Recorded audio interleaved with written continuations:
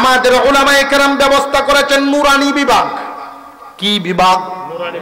নুরানি বিভাগ। 3 বছরের কোর্স, বাংলা, ইংরেজি, অঙ্ক, আরবির সাথে আছে। আরবিটা মূল রাইকা বাকি 3টারে সাথে রাখছে। 3 বছরের কোর্স। এই 3 বছরের কোর্স যদি মুসলমানের সন্তানদেরকে নুরানিতে পড়ায় নেওয়া হয়, ওই সমস্ত মাদ্রাসায় এই বিভাগগুলো খোলা আছে। 3 বছর একটা ছেলে বা মেয়েকে যদি ছোটবেলায় 5 বছর বয়সের সময় দেওয়া হয়, 8 বছরের সময় কোর্স শেষ। 3টা বছর পড়ানোর কারণে আপনার স্বপ্ন নষ্ট হবে না। আপনি যে স্বপ্ন দেখেছেন ছেলেটাকে ডাক্তার বানাবেন, সময় নষ্ট হয় নাই। 3টা বছর অসুবিধা নেই। 3 বছর এখান থেকে পড়াইয়া নিয়া প্রাইমারিতে দেন, ক্লাস 3-তে ভর্তি হইতে পারবো। কারণ নুরানিতে অঙ্ক ইংরেজি আছে না নাই? বিভিন্ন মাদ্রাসার সবার প্রদর্শনী দেখা হয়, লেখা দেখছেন নিয়েদের। পড়া কি কম না বেশি? বেশিরভাগ স্কুলের দৃশ্য দেখবেন একজন আর একজনের মাথার উহুনা নে, বর্তা করে নে, বর্তা খায়, সুখার বর্তা, বড়ুর বর্তা খায়, টাইম পাস করে। সরকারে যে ডিউটি দিছে ডিউটি পালন করে না, আমাদের বাচ্চাদের হক তারা আদায় করে না। মুসলমানের সন্তান জেনে রাখবেন, আমরা একটা ভুলের মধ্যে আছি। সন্তান আপনার 5 জন রে হাফেজ আলেম বানাতে হবে, এটা ফরজ না। মুসলমানদের ডাক্তার দরকার আছে না নাই? মুসলমানদের ইঞ্জিনিয়ার দরকার আছে না নাই? মুসলমানদের ব্যবসায়ী দরকার, গৃহস্থী দরকার, সব লাইনে মুসলমানদের দরকার। সবাই আলেম হওয়া ফরজ না, হাফেজ হওয়া ফরজ না। কিন্তু ফরজ কোনটা? আমাদের এই ভুলটা ভাঙতে হবে। আমরা মনে করি আমারে আল্লাহ 5টা সন্তান দিছে, একটা দিমু আল্লাহর রাস্তায় মাদ্রাসা তানে, আর বাকি 4টা যে রইল এটারে কোন রাস্তায় দিলেন? শয়তানের রাস্তা। কথা বুঝেন নাই? মুসলমান বুঝার দরকার। স্কুলে পড়াইবেন নিষেধ নাই, কলেজে পড়াইবেন নিষেধ নাই, ডাক্তার বানাবেন নিষেধ নাই, বরং দরকারও আছে। ডাক্তার, ইঞ্জিনিয়ার সব লাইনের দরকার। কিন্তু একজন সচেতন মুসলমান হিসাবে আপনার যদি সন্তান হয় 5 জন, নুরানিতে পড়ব প্রথম কয়জন? বুঝে আসতেছে এখন? এই কথাটা কি বুঝে আইছে কিনা? আমাদের অবস্থাটা হয় এমন, যেটারে মাদ্রাসা দেই এই লাইনেই রাখলাম, বাকি যে আরো 2-3টা আছে ওইটিরে মাদ্রাসার বারান্দায়ও কোনোদিন নিছি না। না নেওয়ার কারণে ডাক্তার হইছে ঠিক, কিন্তু যায় নামাজে দাঁড়াইলে নিজের অসহায় মনে করে। ইঞ্জিনিয়ার হইছে ঠিক, যায় নামাজে দাঁড়াইলে নিজের অসহায় মনে করে। কিন্তু নুরানি বিভাগ 3 বছরের কোর্স, এইখান থেকে ছেলে হোক আর মেয়ে হোক তারে যদি পড়ায় নেন, হোক না ডাক্তার, হোক না ইঞ্জিনিয়ার, পৃথিবীর যে কোনো জায়গায় যাবে, নাস্তিক হবে না। সে যে একজন মুসলমান, তার যে কোরআন আছে, তার যে ইসলাম আছে, এটা সে বলবে না। নামাজ এখন পড়ে না, পরে হইলেও পড়বো, যখন পড়বো সহি শুদ্ধ করেই পড়বো। মুসলমানের সন্তান বেশিরভাগ লক্ষ্য করে দেখবেন মানুষ নামাজ পড়ে না কেন?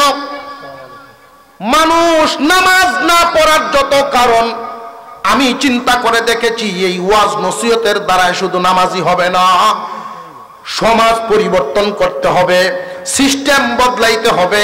আমাদের এই যে একটারে দেই বাকি 4টারে দেই না, এই সিস্টেম বদলানি লাগবো। প্রত্যেকটা সন্তানকে আপনি মাদ্রাসায় আগে পড়ায় স্কুলে নেন, নুরানি পড়ায় এরপরে স্কুলে নেন, দেখবেন এই সমাজ কেমনে বদলে। যে জানে নামাজ, যে জানে জানায় তারে টানে। বেশিরভাগ মানুষ নামাজ পড়ে না। জিগাইবেন বাবা নামাজ কেন পড়ে না? জানি না, কিতা জানি। শেষ জীবনে যায় কখন জানেননি? ব্যবসারা চলে না, কাস্টমারে যদি 500 টিকে দেয় 700 ঘুরাইয়া দেয়। ছেলেরা কয় আব্বা আপনার আর ব্যবসা করুন লাগতো না। সরকারি চাকরিও নেই, ব্যবসাও চলে না, গৃহস্থিও চলে না, চোখকেও কম দেখে।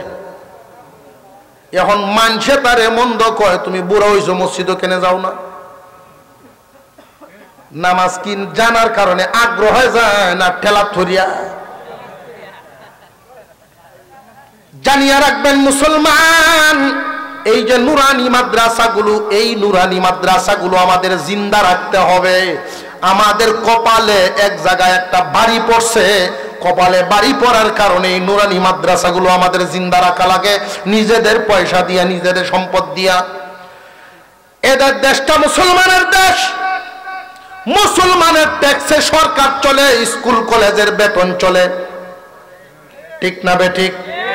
মুসলমানদের সন্তানদের পড়াশোনার দিকে চিন্তা করে যদি মুসলমানই চিন্তা করে যদি সিলেবাস করত, তাহলে প্রত্যেকটা প্রাইমারি স্কুলে 1 থেকে 5 পর্যন্ত কোরআন শিক্ষা বাধ্যতামূলক করত।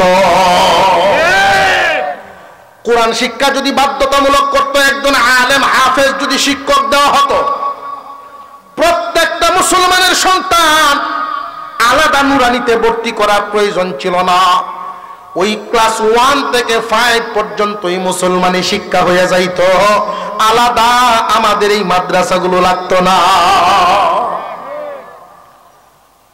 আমরাই দিছি ডাকাতের হাতে পাহারাদারি, চোর ডাকাতের হাতে পাহারাদারি দিয়া আজকে নিজেরাই পেরেশান। খুব সাবধান থাকবেন, দিন বুঝে না, ধর্ম বুঝে না, আলেমদেরকে বুঝে না, এমন মানুষদেরকে আমাদের নেতৃত্বে আর দেখতে চাই না।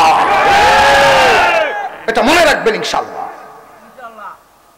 ডাকাতদের হাত থেকে আর চোরের হাতে দেওয়া যাবে না, চোরদের হাত থেকে ডাকাতের হাতে দেওয়া যাবে না। এই বিষয়টা সজাগ থাকবেন। প্রয়োজনে সকলে মিলে, সচেতন মানুষরা মিলে চিন্তা করবেন কাকে দেওয়া যায়, কাকে আনা যায়। যারা সত্যি উপযুক্ত মানুষ, যাদের অন্তরে কোনো লোভ নাই, নির্লোভ মানুষ, তারা দাঁড়াইতে চাইবে না। আমরা তাদেরকে খুশামতি করে তাদেরকে আমাদের প্রয়োজনে দাঁড় করাবো। আমাদের এই দুষ্টা বাদ দিতে হবে। আমরা একটা কথা বলে থাকি, যে দাঁড়াইলো প্রতিদ্বন্দ্বীরা কে কি পরিমাণ খাওয়ায়, আছে না? এই দুষ্টা কে কি পরিমাণ খাওয়াইলো, এই চিন্তাটা করা যাবে না।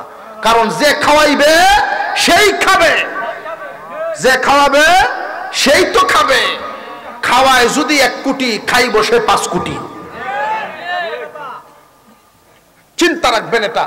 আমি আমার ভোট আমানত হিসাবে দেব, যোগ্য ব্যক্তিকে এনে দেব। এই বিষয়টা শুধু এমপি গিরি না, চেয়ারম্যান গিরি, একদম মেম্বার পর্যায় পর্যন্ত ওয়ার্ডের সচেতন মানুষরা চিন্তা করবেন কোন মানুষটা আসলেই যোগ্য আমাদের প্রতিনিধি হওয়ার মতো, এমন একটা মানুষকে দাঁড় করাবেন। সে চাইবে না দাঁড়াইতে, ঝামেলার যাইতে চাইবে না, কারণ তার তো কোনো ফায়দা নাই। তাকে যদি বাধ্য করে দাঁড় করাইতে পারেন, তাহলে আস্তে আস্তে যদি সমাজ পরিবর্তন হয়।